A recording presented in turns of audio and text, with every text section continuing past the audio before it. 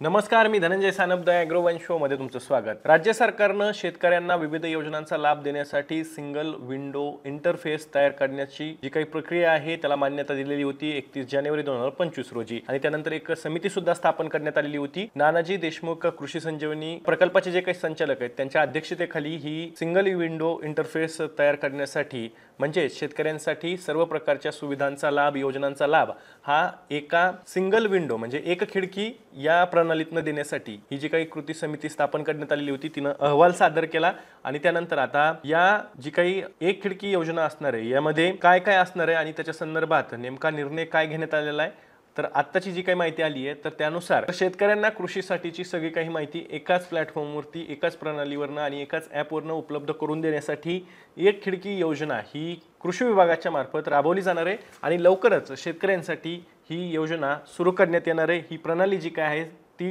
सुरू करण्यात येणार आहे आणि या संदर्भातला शासन निर्णय राज्य सरकारनं 16 एप्रिल 2025 रोजी प्रसिद्ध केला। आपल्याला हे माहिती आहे की राज्य सरकारने एक प्रकारे हे आधीच जाहीर केलं होतं। राज्याचे कृषी मंत्री माणिकराव कोकाटे आणि उपमुख्यमंत्री अजित पवारांनी यावरती शेतकऱ्यांना माहिती दिली होती की राज्य सरकार सगळ्या प्रकारच्या योजना ज्या काही आहेत त्या एकत्र आणून त्याबद्दलची माहिती जी काही आहे ती शेतकऱ्यांना सोप्या सुलभ सुटसुटीत पद्धतीने उपलब्ध व्हावी यासाठी प्रयत्न करत आहे आणि त्यातनंच एक मुद्दा समोर आलेला होता तो होता सिंगल विंडो जे काही इंटरफेस आहे तो निर्माण करण्याचा आणि ते निर्माण करण्यात आलेलं आहे आणि यामुळे आता शेतकऱ्यांना जी काही वेगवेगळी योजना असतील किंवा प्रकल्प असतील याची माहिती ही एकाच मोबाईल ॲपवरून मिळणार आहे। अर्थात यामध्ये फक्त माहितीच मिळणार आहे का तर नाही, त्यासोबतच तुम्हाला कृत्रिम बुद्धिमत्तेचा म्हणजे शेतकऱ्यांना शेतामध्ये काय निर्णय घ्यायचे आहेत कशा पद्धतीनं एखाद्या गोष्टीची अंमलबजावणी करायची आहे यासाठीचे जे काही निर्णय दिले जाणार आहेत ते सुद्धा कृत्रिम बुद्धिमत्तेचा वापर करून या ॲपच्या मार्फत म्हणजेच या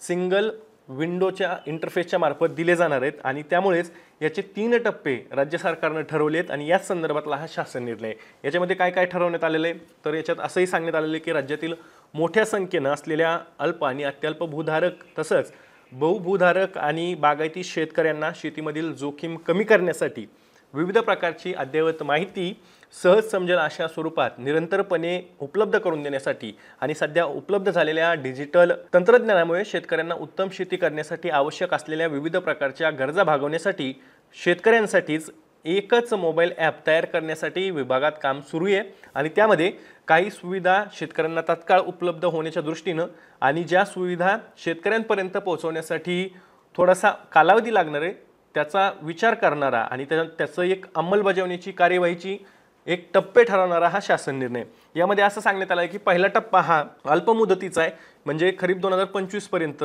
सिंगल विंडो इंटरफेस जो आहे त्याच्यावरनं शेतकऱ्यांना काय काय उपलब्ध करून देण्यासाठी प्रयत्न केले जाणार आहेत तर 2025च्या खरीपपासून हे जे काही सिंगल विंडो इंटरफेस आहे हा शेतकऱ्यांसाठी सुरू करण्यात येईल आणि पहिल्या टप्प्यात म्हणजे अल्पमुदतीच्या टप्प्यात सध्या उपलब्ध असलेले हवामानाचे अंदाज त्यासोबतच पिकाचं व्यवस्थापन जमीन मृदा व्यवस्थापन त्यासोबतच विद्यापीठांच्या माध्यमातून विकसित केलेलं तंत्रज्ञान अनुदान योजनांची माहिती शेतकऱ्यांना उपलब्ध करून देण्यासाठी त्यासाठी कृत्रिम बुद्धिमत्तेचा वापर करण्यासाठी हा पहिल्या टप्प्याच्या कार्यवाहीचा आराखडा हा राज्य सरकारने ठरवलेला आहे। यापूर्वी सुद्धा आपण सिंगल विंडो इंटरफेसचा आढावा वेगवेगळ्या व्हिडिओतनं घेतलेला आहे त्याच्यामुळे आपण परत त्या खोलात जाणार नाही आहोत की विद्यापीठांचा याच्याशी काय संबंध आहे राज्यातील 4ही त्यासोबतच कृषी संशोधन संस्था ज्या आहेत त्याचा काय संबंध आहे याच्या सगळ्याची माहिती आपण एका वेगळ्या व्हिडिओतनं घेतलेली आहे। त्यामुळे आता मध्यम दुसरा मुदतीचा टप्पा जो आहे मध्यम मुदत टप्पा तर तो लागू करण्याचं त्याची कार्यवाही करण्याची किंवा ती अंमलबजावणी करण्यासाठीचा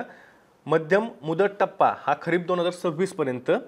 प्रत्यक्षात म्हणजे अंमलबजावणीत येण्याची कार्यवाही सुद्धा यामध्ये अपेक्षित आहे आणि यामध्ये कृषी विभागाची महाडीबीटी नानाजी देशमुख कृषी संजीवनी प्रकल्पाची डीबीटी आणि ॲग्रिस्टॅक योजना ऑनबोर्ड करणं त्यासोबतच सुदूर संवेदन म्हणजे रिमोट सेन्सिंग आणि IoT इंटरनेट ऑफ थिंग्स आधारित सल्ला शेतकऱ्यांना उपलब्ध करून देण्यासाठी सुद्धा मध्यम मुदत जी काही आहे याची ही ठरवण्यात आलेली आहे आणि ती आहे खरीप 2026 पर्यंत म्हणजे या कालावधीपर्यंत शेतकऱ्यांना